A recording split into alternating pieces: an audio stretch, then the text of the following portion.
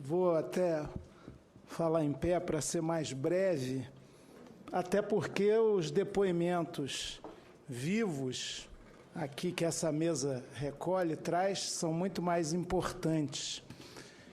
Eu vou começar com uma aparente indiscrição. Quem aqui, vou poupar a mesa, até porque ninguém levantaria o braço, quem aqui tem menos de 51 anos?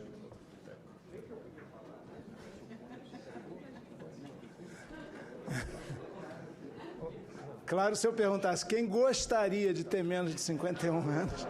Mas olha, 2/3 desta sala nasceu depois do golpe. E isso, e aí eu falo do meu lugar permanente, mandato parlamentar, senadores e deputados é transitório, do meu lugar permanente de um velho professor de história. Isso é significativo, porque eu vejo no meu cotidiano muitos jovens que não têm a menor ideia do que foi a ditadura. E nessa mínima ou pouca visão desse período histórico, que não é tão passado assim, muitos fazem a afirmação superficial, reverberam na linha do que o senador Capi trouxe aqui. Pelo menos naquele tempo não tinha roubalheira.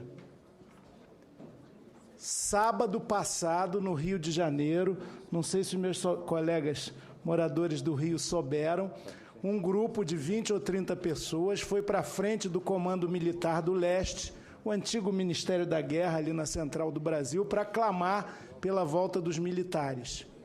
E aí um jovem do grupo de teatro Ensaio Aberto, Companhia Ensaio Aberto, passou, ficou indignado e fez uma breve fala lá, que teve áreas de comício relâmpago, que ele tinha que sair correndo, senão poderia apanhar, contra aquele absurdo. Um jovem com visão. Depois, ele já longe daquela manifestação de viés fascista, foi detido por policiais militares que queriam revistá-lo. Ele falou, só abro a minha bolsa na minha mão, acautelou-se, levou spray de pimenta, foi derrubado, foi detido, quiseram fazer um auto de desacato à autoridade e resistência à prisão.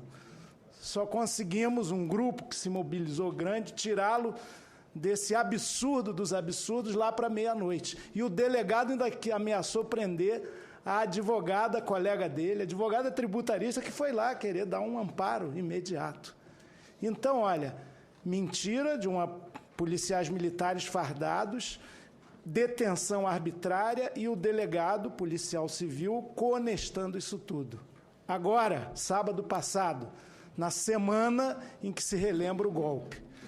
Então a gente vê que essa rememoração histórica, ela é fundamental até porque, como diz o conterrâneo do meu querido Paulo Paim, o Mário Quintana, o passado não conhece o seu lugar, ele insiste em reaparecer no presente. A gente sabe que a história só se repete como farsa ou como tragédia, já dizia o velho Marx, mas esse conhecimento, daí a importância dessa memória aqui é muito fundamental. O Gilney lembrava que o golpe, na verdade, foi 1º de abril, mas os mineiros, talvez liderados por Mourão Filho, pelo fato de terem saído lá de Juiz de Fora para o Rio de Janeiro, no dia 31 de março, cunharam essa data, até porque o 1º de abril é o Dia Internacional da Mentira, um evento histórico que se quis redentor, que salvou a democracia de uma república sindicalista, que ia combater a corrupção e outros desmandos, ele não poderia ter essa marca do 1º de abril. De qualquer forma, 31 de março ou 1º de abril é um tempo que a gente tem que negar e repudiar, pedagogicamente, inclusive, insistindo na informação. Eu encerro com 2 registros que, na verdade, são artísticos.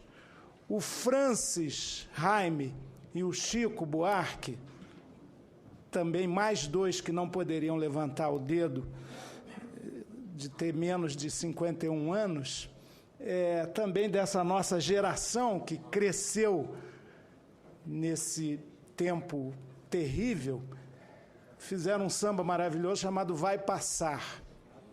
E lá eles dizem, dormia a nossa pátria-mãe tão distraída, sem perceber que era subtraída em tenebrosas transações. Todo regime autoritário, discricionário, ditatorial é sementeira de corrupção. Não tenham dúvida. Tem uma tese acadêmica recém-publicada, onde um professor, creio que é nosso colega lá do Rio de Janeiro, fala das empreiteiras na ditadura. E todo alto chefe político de origem militar, como Golbery, por exemplo, ao saírem do poder, iam logo para uma empresa privada. Então havia esse conluio espúrio já naquela época. Mas o Chico e o Francis também falam: um tempo, página infeliz da nossa história, passagem desbotada na memória das nossas novas gerações. O nosso trabalho é reavivar esse presente para que ele não se repita. E eu encerro, eu fiz uma publicação meio pessoal ano passado, fazendo a memória da minha vivência da ditadura, nada comparável em sofrimento e capacidade de resistência de muitos que estão aqui, que eu tive o privilégio de conhecer e deles ficar amigo, mas eu era secundarista, não era universitário naquele tempo, vivi esses momentos e depois, escrevendo um livro de história, que tinha cada capítulo musicado pelo meu compadre Milton Nascimento e por Fernando Brant, também setentões, e o Fernando, para o filme Jango, fez um texto belíssimo que eu acho que nos envolve, nos comove, nos move nessa resistência continuada contra as ameaças à construção democrática brasileira, hoje, muito presentes. Eu estou tendo que ir correndo lá, porque senão aprovam a toque de caixa a redução da maioridade penal, porque agora a lei é encarcerar todo mundo. Essa mentira de que isso resolve o problema da violência. Então, o Fernando diz o seguinte sobre os episódios de 1º de abril. Os acontecimentos daquele dia ainda estão claros na memória.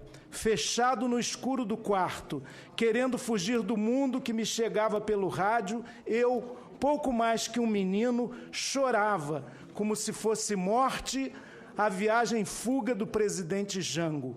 Os anos passados, a maturidade e a visão diária da injustiça e do ódio, da opressão, da mentira e do medo me levam, agora adulto, em nome da verdade e da história, a reafirmar o menino.